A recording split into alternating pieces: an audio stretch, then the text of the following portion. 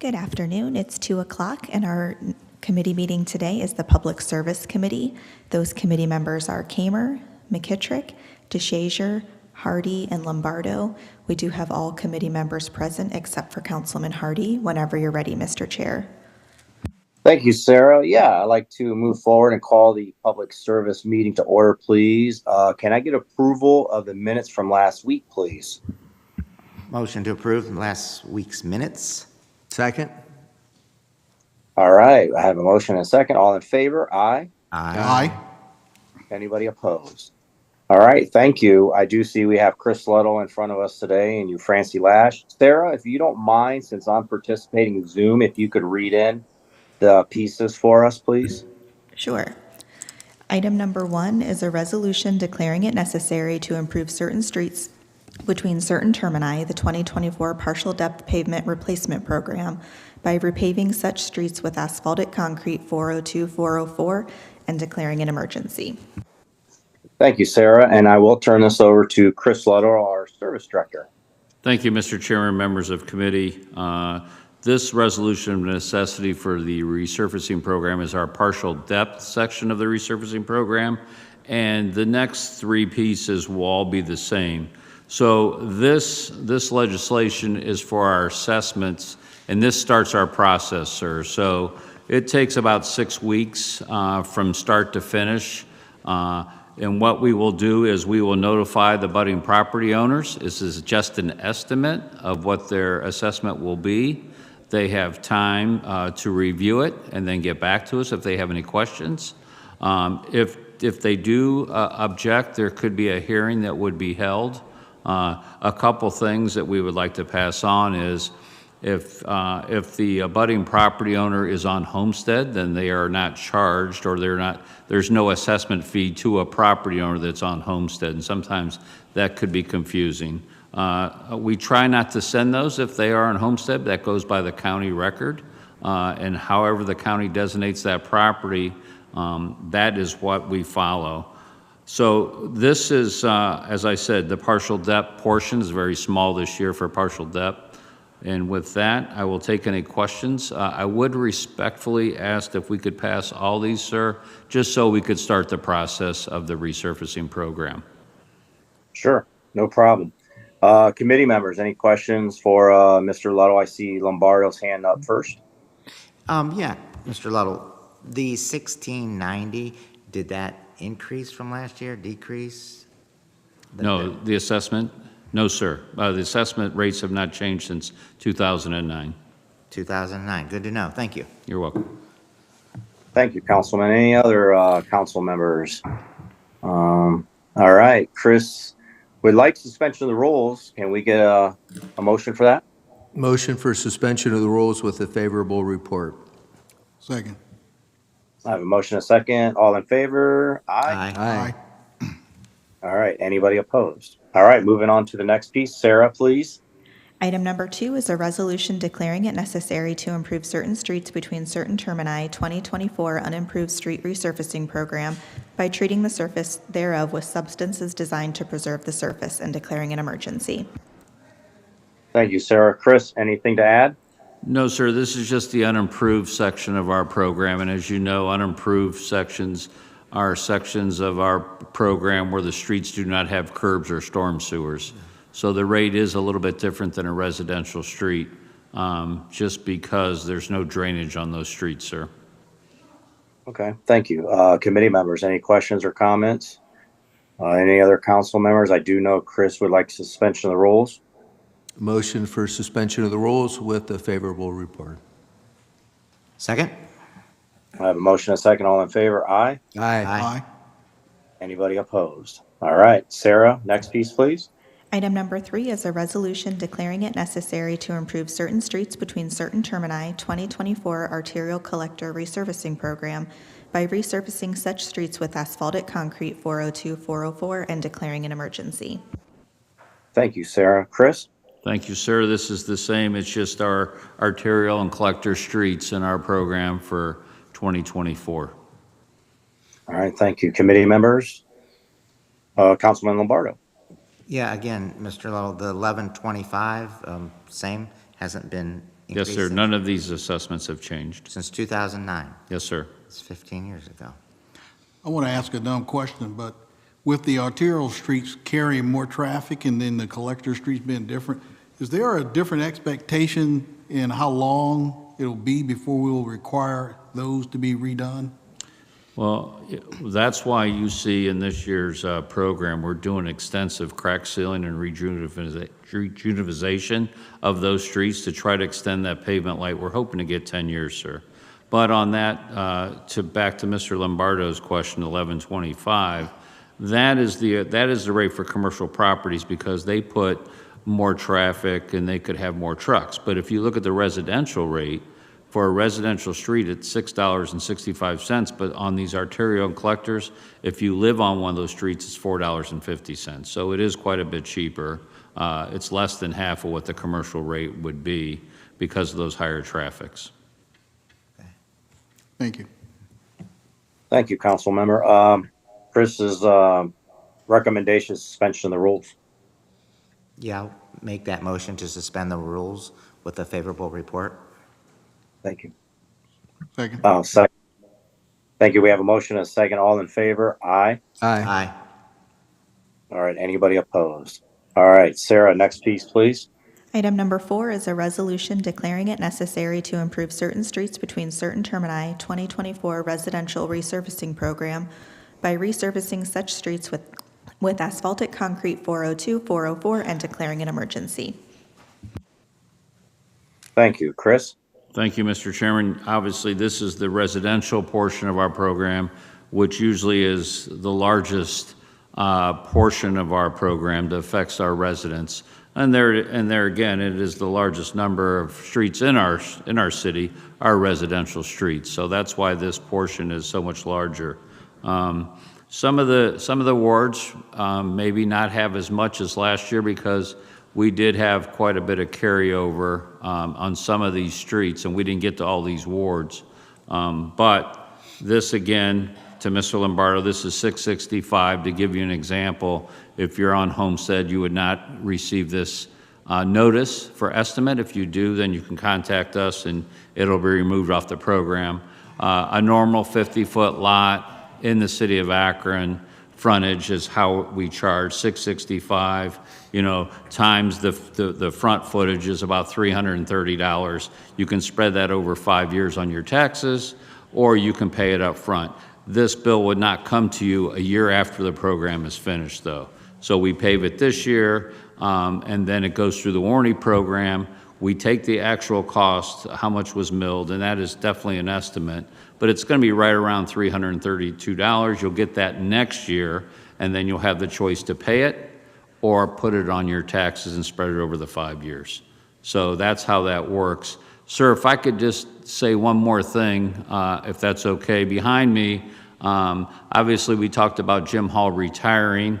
The two gentlemen behind me, I'd like them to stand. One is Anthony Dolly, and Anthony is going to be our acting Bureau Manager in Public Works. He's been in Public Works for quite a few years, and next to him is Phil Golden. Phil is our supervisor in Highway, and Phil is going to be managing, and he did last year, but I wanted him to come down just so everybody sees Phil and Anthony. He will be managing our resurfacing program. So there's other supervisors that work with Phil, but Phil does put the program. He's been working on it for a few years, and we've already talked about next year. So as always, council people, if you have a street that's not in the program, that someone has an interest, you could always shoot Anthony or Phil an email. Please copy of Francie and myself just so we know what's going on too. But I just wanted everybody to see them. They're obviously available as we are to come to ward meetings if you guys are interested at any time. So thank you for letting me to say that, Mr. Chairman. No, thank you, Chris. I appreciate that. Congratulations, Phil and Anthony. And I'm glad you recognize Anthony. He's a good guy, man. Him and I go. I see you over there. Committee members, any questions? I had one question. Sorry. Sure. In regards to, let's take a street like Pitkin on North Hill, because I think that's one of the first streets that may be milled in this week or next week. Anyhow, when did those residents receive notice? Well, they haven't yet. They're going to see one, they're going to, oh, you mean the ones that are carried over? They would have received their notice a couple years ago, sir. So if Pitkin is milled, it's a carryover from last year's program. The streets that are in this legislation, they will not, none of these streets will be milled till probably sometime in late May, early June. It takes about 6 weeks. Okay, so, but again, pick a street. I mean, do people get a letter to say, hey, next month, we may be coming through and, to mill and pave? Does it? We don't, Because I know we're you not, got several streets throughout the whole summer, so I was just trying to vision that, the ones on whatever, Patterson Avenue or something, they got a letter today because it's gonna happen like next month. Is that the way it works? well, it's not really next, it's not pinpointed. This legislation is to send the notices, okay? That process, let's say, in a perfect world, takes 6 weeks because we have to send the notice, registered mail, they have to sign for it, and then we know that they've been notified. Then we have to go through the process of giving them enough time to object if they choose to. If they do not, then we move forward with the program. But what slows this down is when we mail it and no one signs for it. Then we get a return that no one signed for it. Then we have to advertise, okay, per our charter. So then we have to advertise in the paper and our website to notify, we are resurfacing these streets. So it's 2 forms that we have tried to reach them. Now, there's no hearing. Now we go through the process. It's been 6 weeks. This project that you're talking about here is under bid right now. So we don't even have a contractor. So once the contractor we deem as low bid, whether we get 2 bids or we get 20, the guys behind me will go through and review everything on that bid to make sure everything's in there, and then we will award. Once we award, then we meet with the contractor and we set up a award rotation. Obviously, we want to minimize the mobility of all this equipment. Yeah. So if we have utility work, and we've had a lot in the last couple of years because of ARPA, and we say, we don't want you to start in Ward 10 because we're finishing up some water main work. We'd like you to start in Ward 6 and work counterclockwise through the program. So once that happens, we can kind of give you a general idea when they'll be to your ward, but signs go up at least 48 hours. We put signs up, do not park on the street. But these people, they'll know that the people that are in this program, it'll be done this year. That was the whole thing about right-sizing this program, because we've had carryover year after year, not only because of COVID, because of the budget, because of utility work. So this year, our goal, and we're going to do it, we're going to get done this year. So it could be anywhere, I'm going to say, once you get the notice, it could be anywhere from, let's say, June 1st on the late end, and it could go all the way into late September, early October. Okay, yeah, Yes. that's good, yeah. So they're. But once we know the ward rotation, we can let you guys know and say, we're not going to be at Ward 5 till, and Ward 5 is a horrible example, because sometimes they do part of Ward 5 when they do Ward 2, and they'll do the other part of Ward 5 when they do Ward 7. Let's say Ward 4, okay? They could say, looks like the way the rotation's going to go, we're not going to get to Ward 4 till the end of July, okay? Yeah, well, those emails are helpful that, I think her name's Alexa or Alex. Yeah, Alexa sends out, Yeah, yes. Alexa, yeah. Yep. So those are helpful, that's good. Yep, and those all come from Phil, Yeah, thank you. okay? Yep. Thank you, Councilman. Anyone else? All right, Chris, suspension of the rules, correct? Please? Motion for suspension of the rules with a favorable report. Second? All in favor? Aye. Anybody opposed? All right, thank you. Sarah, on to number 5, please. Item number 5 is an ordinance authorizing the Director of Public Service or his designee to enter into a contract or contracts after publicly advertising for bids for the emergency demolition of 48 residential structures located throughout the city of Akron and declaring an emergency. Thank you, Sarah. Chris? Sir, I'm going to let Afrontia Lash, Director, handle this one. Good afternoon, Sure. Mr. Chair, members of committee, and members of council.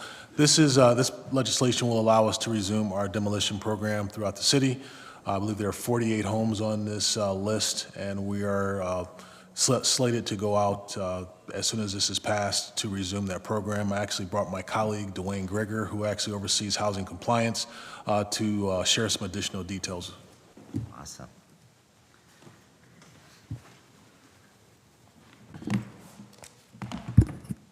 Thank you, Mr. Lash. Mr. Chair, members of the committee.